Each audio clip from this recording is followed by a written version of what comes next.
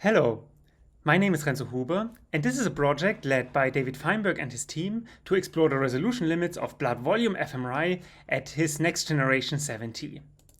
And I have no financial interest to disclose with respect to this presentation. Still today, most fMRI is done at 3mm resolutions or even bigger voxels, which is the size of the thickness of a 1-pound coin that you might have in your pocket right now. Most layer fMRI, however, is done at about 0.8mm resolutions, the thickness of a credit card, which is already a huge jump, right? It's a voxel volume reduction of about a factor of 60.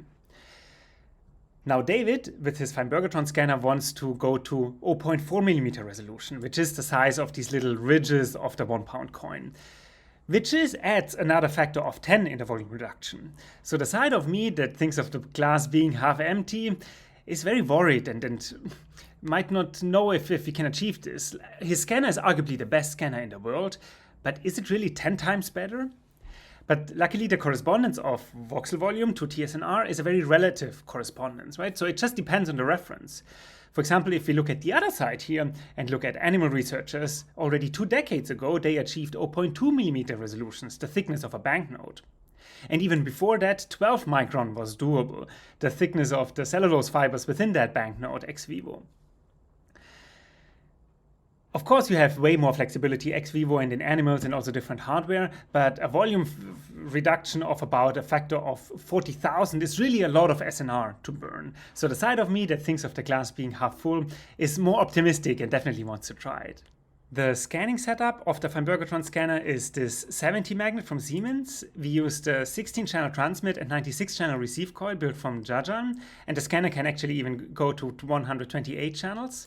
And the increased channel count can really boost the SNR, which is so needed for these high resolutions. The gradient is this impulse gradient built from Siemens with fantastic amplitude and slew rate of 200 and 900 respectively, which is really key to get large EPI matrices with good SNR. And David showed previously this with respect to these animations comparing the impulse gradient compared to the conventional 7T Siemens gradients, where the echo train length can be substantially shortened and keeps the T2 star weighting in a reasonable regime. More interesting for me also is then the faster readout also keeps the phase errors and segmentation artifacts at a really low level because you don't give enough time for phase errors to accumulate. Alex and Sam set up this very convenient remote scanning system via Zoom, so I could scan from Maastricht without the need to travel to Berkeley, and we scanned 10 sessions with up to 3 hours each. Most of it was kind of setup and piloting and optimizing, and then also a few functional scans. At these resolutions, we are expectably deeply drowning in thermal noise, which can change how we think about grappa.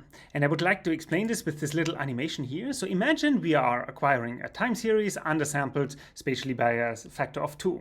This means we would end up with an EPI time series of these aliased images.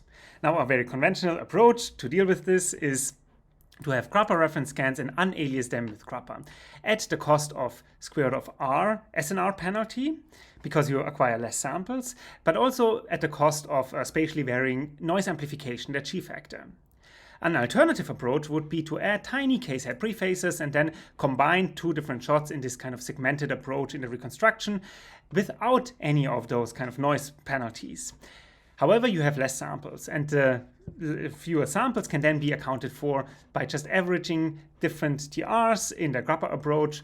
However, the G-factor noise amplification is something you can never really account for. And this tells us that in the thermal noise-dominated regime, we will always benefit from segmentation over grappa. And we should just always use as long TRs as our neuroscience task possibly allows. And we also looked at this empirically for TSNR and TSNR efficiency in humans and in phantoms, and we do see that we always benefit by having the highest TSNR efficiency by using as little grappa as possible. So for our functional runs, we used the segmented 3D sequence developed by Rüdiger Stirnberg and his colleagues at the DZNE in Bonn, and we took full advantage of the incredible flexible sampling trajectories there. So we used 6 segments spread out across multiple inversion recovery curves. And here you can see the sequence where we acquire the first segments after an inversion pulse for vaso, then bold, and then at the next inversion recovery curve, more segments of vaso and bold. And I'm going to show this again. This is approximately real time. So we start with an inversion pulse, inversion delay, acquire a few segments of vaso, a few segments of bold, another inversion delay, a few segments of vaso, a few segments of bold. And for most efficient unaliasing in KZ, we also spread them out with different KZ prephases. This means that we end up with two volumes that have different T1 weightings, but are acquired across multiple inversion recovery curves. We had quite a few further optimizations to go through, foremost importantly to get a good in-plane readout for each shot. And I think a very convenient way to think about this is to look at the echo spacing axis here. So for our field of view with 0.45 millimeter and using the full slew rate of 900, we can move between about 0.8 to 1.2. We cannot do it much faster simply because the gradient magnitude is the limit there. We should also not do it much slower because there the readout gets quite long, so phase errors accumulate and the T2 star blurring basically doubles our effective voxel size. We can also not get too close to the gradient amplitudes here simply because the ADC sampling speed is limited to some degree. Unfortunately, right in between here we have these mechanical resonances. So we tried to squeeze in right there, though even though we had very crisp images, the ghosting and intermittent ghosting was not really usable with that gradient before it was exchanged last December. So we had to go all the way around to the other side of the mechanical resonances to end up with quite crisp images, but not acquired as fast as they could have. We also struggled a bit with interpolation artifacts from the inherent gradient nonlinearity corrections seen on the left here, which come from the very high noise level on top of this pre-processing steps in vaso of this division of nulled and not nulled images. So we decided to stay in the gradient nonlinearity distorted space shown on the right here, and then use the inherent T1 contrast of the vaso EPI itself as a structural reference. And maybe you can appreciate it here already how the fast and the segmented readout results in images that are almost completely B0 distortion free in EPI space. But you also do see the influence of this non-zero noise regime in the background that we are dealing with at these high resolutions. In our initial setup, we also struggled quite a bit with the so-called Pali errors, and the Siemens folk among us might be familiar that Pali stands for Power Absorption Limiter and does not refer to the Buddhist language of the Buddhist scripts, which I should have read more because it was quite frustrating that usually after 3 or 4 minutes the scanner just randomly stopped. So we ended up running about 50% SAR only, which challenged the efficiency of the adiabatic inversion pulse, visible here as inflow effects in vaso. Luckily, this was not too bad, so it was only the very big vessels that showed inflow effects, and they were far away from our activation patterns induced by these flickering checkerboard paradigms here. So here I want to show you some more functional results, and as a visual guidance I'm showing you this zoomed section of the primary visual cortex where you can see these dark spots and lines indicating large draining veins. And maybe unsurprisingly, those are the hotspots of gradient echo bold. However, at these resolutions of up to 0.39 millimeter isotropic nominally, we are entering uncharted territory for human fMRI, and we do see surprising things. For example, that not everything that looks like a large draining vein does have a huge vein bias in there. So it seems that at these resolutions, the voxel size is just so small that it does not really cover the entire dipole field of these large draining vessels extravascularly, and therefore the within voxel dephasing is lower. More interestingly, maybe in vaso, which is believed to be not as sensitive to these large draining veins to begin with, we do see that we are starting to Nyquist sample different layer groups. For example, here this superficial stripe, which might refer to layer 2-3, separately from a deeper stripe, which might refer to layer 4C. But also there we do see surprising things. For example, these pairs of interdigitated patterns, which we are still debating about what this might mean with respect to neurocolumnar structures or vascular structures or artifacts even.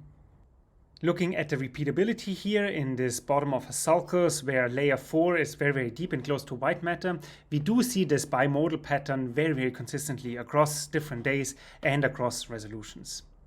If you want to dive a bit deeper on your own, please feel free to check out all the sequence protocols and all the parameter lists published on GitHub, or browse the data, the raw and processed data on OpenNeuro, also in the web browser, or check out the power pitch from Alex Beckett about other project of the Feinbergatron here at this conference, or also parallel efforts to achieve similar resolutions from Luca Visioli.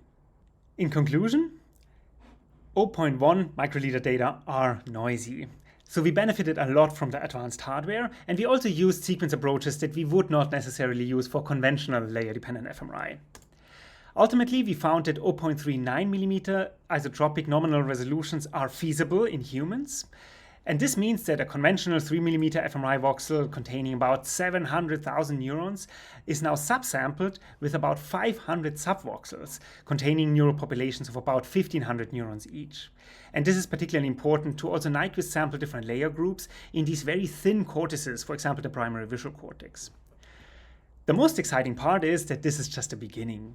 Ever since those experiments that I described to you, the gradients have been replaced and many constraints about ADC sampling speed, Pali errors, and mechanical resonances have workarounds now. So I'm really looking forward to the things to come now that the scanner is a better version of itself. For example, also to look at neuromodulations of these different stripes.